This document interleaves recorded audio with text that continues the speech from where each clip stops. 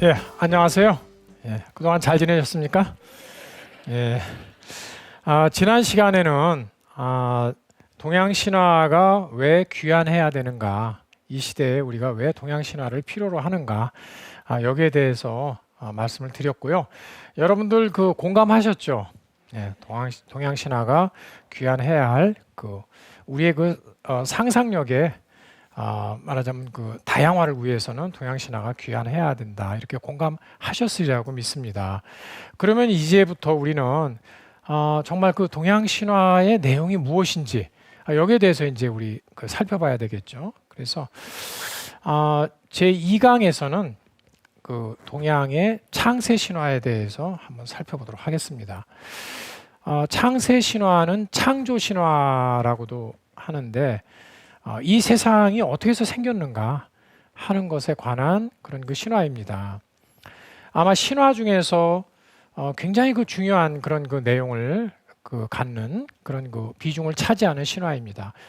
왜냐하면 특히 그 원시 인류가 처음 이 세상에 나왔을 적에 굉장히 궁금하죠.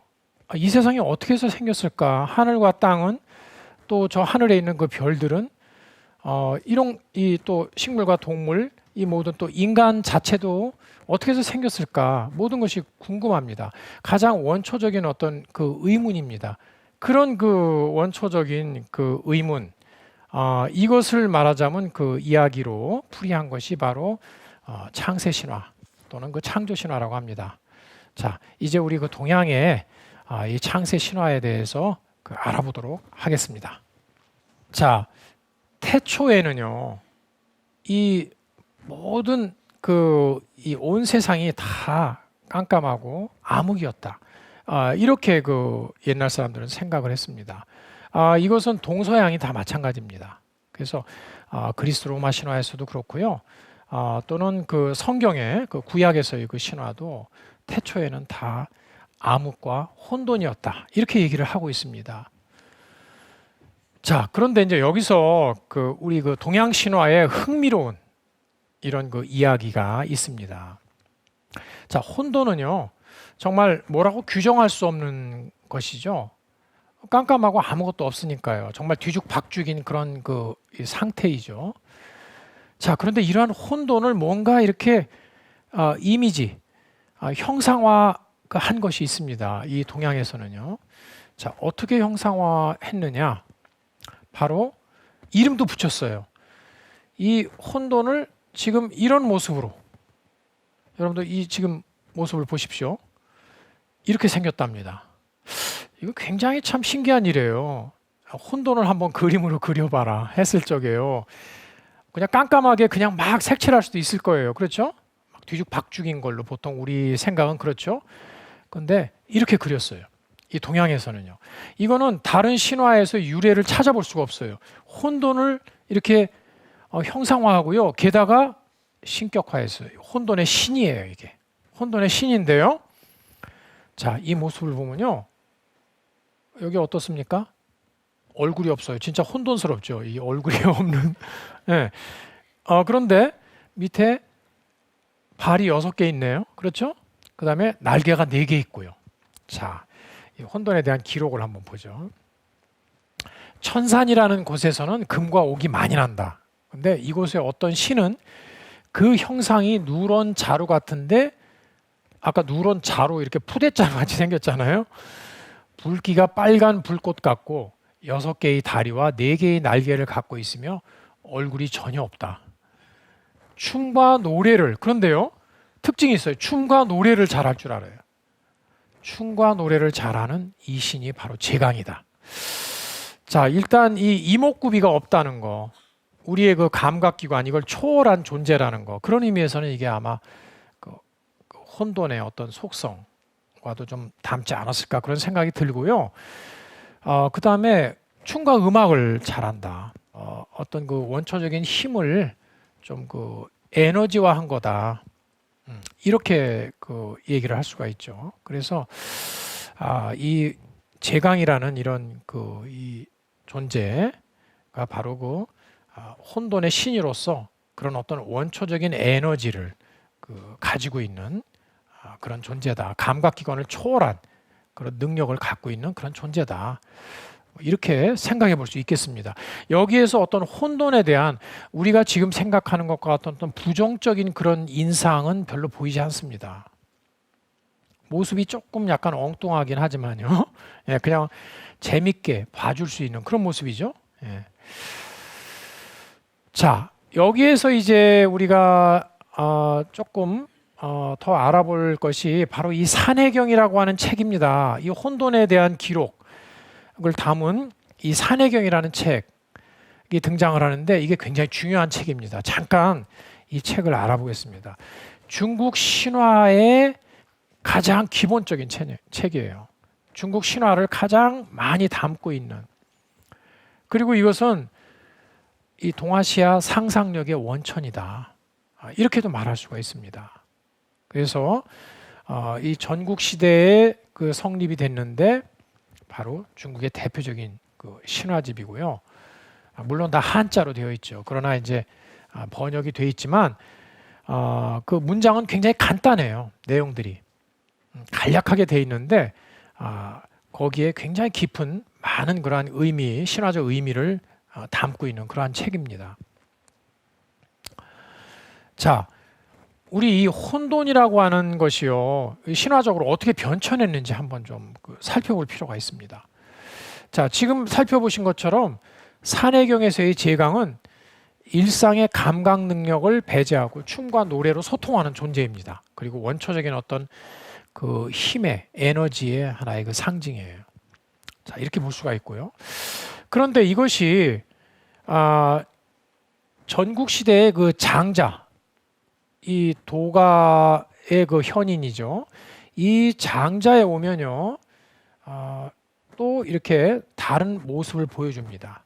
이 장자의 그 혼돈 이야기를 보면요, 장자의 그 혼돈이라고 하는 이제 그 존재가 있죠. 근데 이 혼돈에게는 친구가 있어요. 두 명의 친구, 숫과 홀이라고 하는 그 친구인데요. 이 숫과 홀이라는 친구가 있는데 이 혼돈이 이 숫과 홀 두 친구를 굉장히 잘 대해주고요. 뭐 아마 선물도 많이 주고 뭐 아마 그런 모양이죠. 그래서 이 숫과 홀이라는 두 친구가 이 혼돈 굉장히 멋있는 친구다, 좋은 친구다. 우리가 뭔가 보답을 해야 되겠다. 그 생각을 해요. 그래서 어떤 보답을 하냐면 이 친구가 다 좋은데 보니까 여러분들 아까 제강 보신 것처럼 이목구비가 아무것도 없다. 좀 얼마나 답답할까. 그래가지고 우리가 이목구비를 만들어줘야 되겠다. 그래가지고 이 혼돈에다가 구멍을 뚫어요. 그래서 우리가 그 7개의 구멍이 있다고 그러죠. 우리 몸에. 그래서 사람처럼 똑같이 7개의 이 구멍을 뚫어줘요. 이 혼돈에다가. 그랬더니 혼돈이 죽어버렸어요. 자, 이거 뭘 상징할까요? 혼돈은 자연스러운, 천진한, 원시적인 상태 그대로인 것이죠. 원시적인 어떤 본질.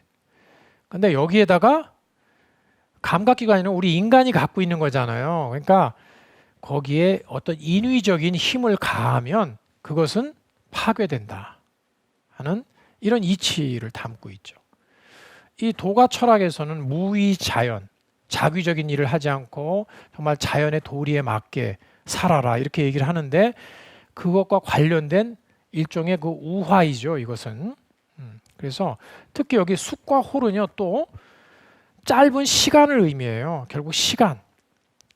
시간이라고 하는 것은 역사, 결국 인간이 만드는 것이죠.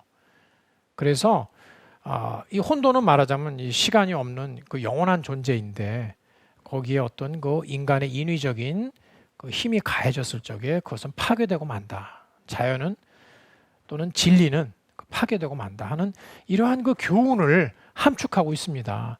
자, 여기에서도 혼돈은 뭐 그렇게 부정적으로 그려진 건 아니죠. 예. 다만 그것이 어떤 위협을 당할 수 있다. 인간에 의해서 그 혼돈이 변질될 수 있다 하는 그런 위험성을 이제 경고한 그런 그 이야기가 될 거예요. 그런데 이제 마지막으로 시대를 한참 내려오게 돼요. 신의경이라고 하는 책에 이르면 혼돈이 아주 다른 모습으로 나타납니다. 자, 한번 보시죠. 곤륜산의 서쪽에 어떤 짐승이 있는데 그 모습은 개와 같고 긴 털에 다리가 넷이다. 눈이 있어도 보지 못하고 걸어도 나아가질 못하며 두 귀가 있으나 듣지 못한다. 이 혼돈을 이렇게 표현한 거예요. 그런데요, 어떤 그 행동을 하냐면 누군가 덕행이 있다고 하면 가서 들이받았어요. 그리고 누군가 못됐다고 하면 졸졸 따라다니면서 추종을 해요. 하늘이 그렇게 만든 것으로 이름을 혼돈이라고 한다.